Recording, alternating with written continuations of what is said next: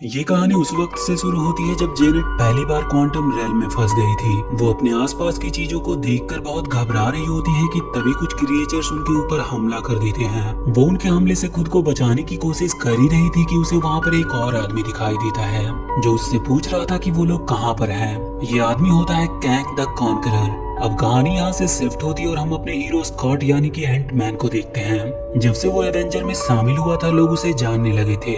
जो पहले उससे नफरत करते थे अब उसके दोस्त बन चुके हैं और उसकी गर्लफ्रेंड होप अब अपने डैड की कंपनी संभालती है और वो पिम पार्टिकल का इस्तेमाल दुनिया को एक अच्छे भविष्य देने के लिए कर रही है। उनकी लाइफ बिल्कुल सही चल रही थी, यहाँ तक कि स्कॉट ने अपने ऊपर तो एक बुक भी लिखा था और अब वो कोई काम न करके बस एक अच्छा डैड बनकर रहना चाहता है। वहीं स्कॉट को जेल से कॉल आता है कि उसकी बेटी कैसी को उन्होंने एक होमलेस पीपल के लिए ऑर्गेनाइज्ड प्रोटेस्ट से गिरफ्तार कर लिया क्योंकि वो पुलिस के काम में रुकावट बन रहे थे। स्कॉट और होप जाकर उसे छुड़ाते और अपने साथ लेकर आते हैं। स्कॉट उसे समझा रहा था कि उसके हीरो बनने के चक्कर में वो किसी दिन बहुत बड़ी मुसीबत में फंस सकती है, पर कैसी का कहना था कि अब वो बड़ी हो चुकी है और उसके पास खुद का एक सूट भी है तो अब वो अपनी हिफाजत खुद कर सकती है।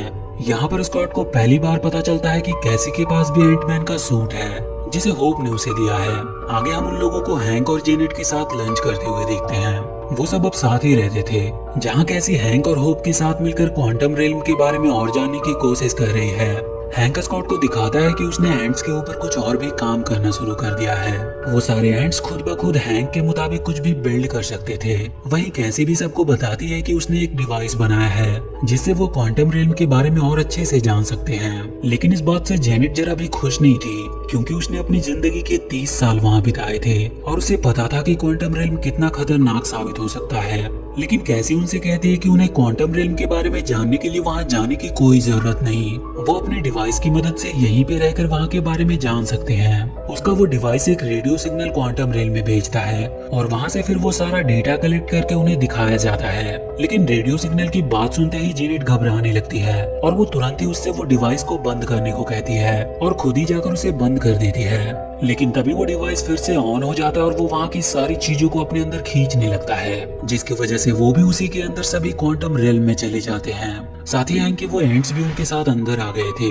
अब वहाँ पे स्कॉट और कैसी एक जगह पे साथ ही लैंड हुए थे। वो अपने आसपास देखकर ये समझ ही नहीं पा रहे थे कि आखिरकार वो हैं कहाँ पर। इधर होप और हैंक जेनेट को ढूंढ रहे थे, तभी वहाँ पर जेनेट आकर उनसे छुप कर रहने को कहती है। इधर स्कॉट होप से कांटेक्ट करने की कोशिश कर रहा था पर उसका कांटेक्ट हो नहीं पा रहा था। वो कैसी को बार बार ये दिलासा दे रहा था कि वो सब सेफ हैं, उन्हें कुछ भी नहीं होगा। पर तभी उनके ऊपर एक बड़ा सा क्रिएचर हमला करता है। वो क्रिएचर उन्हें मारने ही वाला था कि तभी कुछ लोग आकर उस क्रिएचर को मारकर उन्हें बचा लेते हैं। वो लोग वहीं क्वांटम रेल्म के रहने वाले थे। वो उन दोनों को पकड़कर अपने साथ ले जाते हैं और वो स्कॉट को एक ड्रिंक पिलाते हैं जिसके पीने के बाद वो उनकी लैंग्वेज समझने लगा था। वहाँ स्कॉट सबको अपने बारे में बताता है कि वो लोग कैसे यहाँ पर पहुँचे और वो उनके लिए कोई खतरा नहीं है। लेकिन वहाँ के लीडर जिसका नाम जेंटूरा था वो उससे कहती है कि वो लोग भी ऊपर से आए हैं और उनके पीछे पीछे वो कॉन्करर भी आता ही होगा जिसने उनकी इस दुनिया को बर्बाद करके नर्क बना दिया। पर स्कॉट को समझ नहीं आ रहा था कि ये कॉन्करर कौन है। इधर जेनेट को वहाँ के कुछ लोगों का एक ग्रुप मिलता है जो उसे पहले से जानते थे। ये देखकर होप और हैंक पूरी तरह से हैरान थे।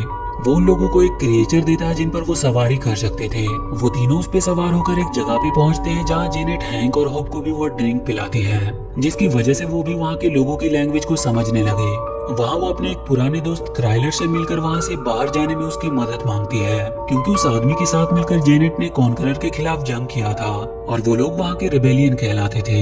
लेकिन वहाँ पर उसे पता चलता है कि क्राइलर अब कॉन्करर से हाथ मिला चुका है और अब वो उन्हें ही पकड़ना चाहता है। पर किसी तरह वो तीनों उससे बचकर उसी के शिप को चुराकर वहाँ से भाग जाते हैं। इधर जेंटोरा स्कॉट को बता रही थी कि कैसे कॉन्करर ने उसके लोगों को मारकर अपना एक एम्पायर बना लिया और जो लोग उससे बच गए वो किसी तरह छुपकर उसके साथ उसे हराने के लिए लड़ते हैं।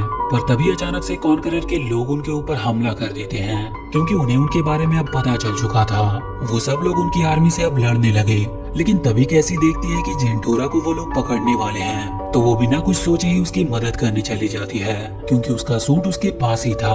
ये देखकर स्कॉट को भी उसके पीछे जाना पड़ता है और अब वो दोनों मिलकर उन लोगों से लड़ने लगे थे। पर तभी अचानक से एक बड़ी मशीन आकर उनके ऊपर हमला करना शुरू कर देती है। सब अपनी जान बचाकर भागने लगे थे पर स्कॉट के सामने वो मशीन आकर कहता है कि तुमसे दोबारा मिलकर अच्छा लगा स्कॉट लैंग, और वो अपना चेहरा दिखाता है जिसे देखकर स्कॉट पूरी तरह से हैरान रह गया। क्योंकि वो बैरन था जिसे उसने एंटमैन के पहले पार्ट में उसके सूट में ही मार डाला था। वो उन दोनों को पकड़कर अपने जेल में ले आता है, जहाँ वो उन्हें बताता है कि वो उस दिन मरा नहीं था, बल्कि वो तो क्वांटम रेल में आ गया था, जहाँ पे कॉन्करर ने उसे बचाया और एक अल्टीमेट किलिंग मशीन बना दिया, और अब उसका नाम मोडॉक है। इधर जेनेट हैंक और होप को सब कहानी बता रही थी कि जब वो क्वांटम रेल में थी तभी उसे कैंग मिला, जो उसी की तरह वहाँ पर फंस गया था। उसने उसे बताया कि वो एक स्पेस ट्रैवलर है और अपने शिप के खराब हो जाने की वजह से वो यहाँ फंस गया। उसके पास एक ऐसा शिप था जिसकी मदद से वो किसी भी टाइमलाइन और यूनिवर्स में ट्रैवल कर सकता था। इसीलिए उसने उसके साथ मिलकर उस शिप के एनर्जी कोर को रिचार्ज करने की कोशिश करने लगी ताकि वो वापस अपने घर जा सके। और कई सालों की मेहनत के बाद उन्हें सफलता मिली। उन्होंने एनर्जी कोर को चार्ज कर लिया और वो उसे कैंग के शिप में लगाने लगे। उसका वो पूरा शिप न्यूरोकाइनेटिक था, जो कि उसके माइंड से कनेक्टेड थे। जेनेट ने जब उसे छुआ तो उसने उसके दिमाग को देखा, जहाँ उसने पाया कि कैसे उसने कितने सारे यूनिवर्स और टाइमलाइन को तबाह कर दिया, जैसे कि वो कभी एग्जिस्ट ही ना करते हो।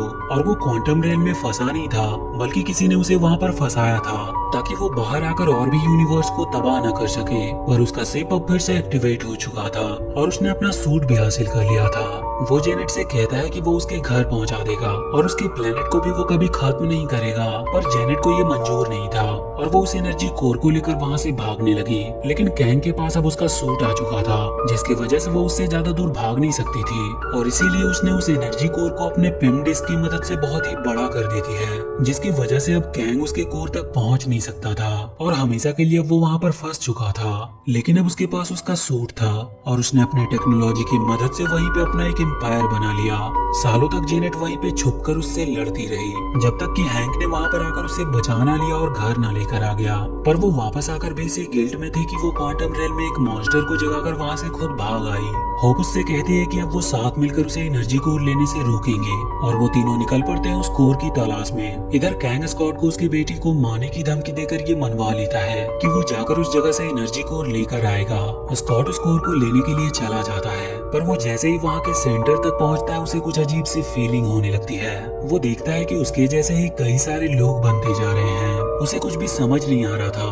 वो जितना ज्यादा सोच रहा था उसके हमशक्ल उतने ही बढ़ते जा रहे थे, क्योंकि ये सब उसकी पॉसिबिलिटीज थी। जैसा कि वो सोच रहा था उन सब में वहाँ पर भगदड़ मच जाती है, क्योंकि वो सब उस एनर्जी कोर तक पहुँचना चाहते थे और इस चक्कर में मेन स्कॉट तो नीचे ही दबा रह जाता है। पर किसी तरह वो अपने सारे हमशक्ल की मदद लेकर बिल्कुल वैसा ही करता है जैसा कि चींटियां करती है। वो उस कोर तक पहुंचने ही वाला था कि तभी वो नीचे गिरने लगा था, पर तभी वहां पर होप आकर उसे बचा लेती है और वो प्रेम डिस्क का यूज करके उस एनर्जी कोर को वापस से छोटा कर लेते हैं। तभी वहां पर जेनेट और हैंक भी आ जाते हैं, जो स्कॉट से उस एनर्जी कोर को कैंग को देने से मना कर रही थी। पर तभी वहां पर कैंग भी आ जाता है, जो स्कॉट से वो कोर छीन लेता है। स्कॉट और होप उसे रोकने की कोशिश करते हैं, पर इसका कोई फायदा नहीं होता और वो जेनेट को भी अपने साथ ही लेकर वहां से चला जाता है, क्योंकि हैंक इधर मोडॉक से लड़ने में बिजी था। इधर कैंग जेनेट को बताता है कि उसने जब टाइमलाइन में देखा तो पाया कि कैसे सारे मल्टीवर्स धीरे धीरे खत्म हो रहे थे, और वो भी वहाँ पे रहने वाले लोगों की वजह से ही, और इसीलिए उसने टाइमलाइन पे अपना कंट्रोल कर लिया और जो भी यूनिवर्स उसके लिए थ्रेट साबित हुआ उसने उसे पहले ही खत्म कर दिया।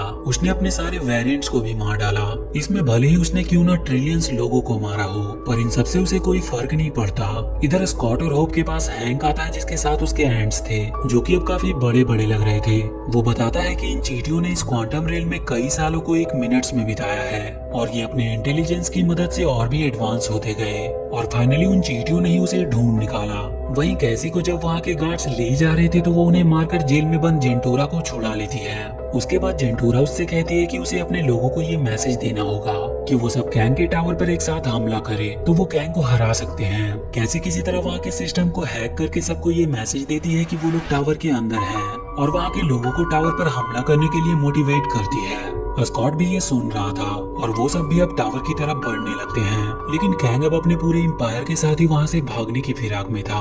वो एनर्जी कोर को अपने शिप में लगा देता है और लॉन्च का ऑर्डर देता है, पर अब स्कॉट काफी बड़ी साइज में आकर वहाँ चारों तरफ तबाही मचाना शुरू कर देता है। कैंग के सारे शिप्स उसे रोकने की कोशिश कर रहे थे और तब तक वहाँ के सारे लोगों ने भी वहाँ पर आकर हमला करना शुरू कर दिया था। वहाँ के सारे लोग टावर के काफी करीब पहुँच चुके थे। इधर मोडोक जब कैसी को मारने ही वाला था कि तभी कैसी अपना साइज बहुत बड़ा करके उसे एक पंच देती है और उसे मारकर वहीं पर फेंक देती है। कैसी उससे कहती है कि वो अब भी सुधर कर कुछ अच्छा काम कर सकता है।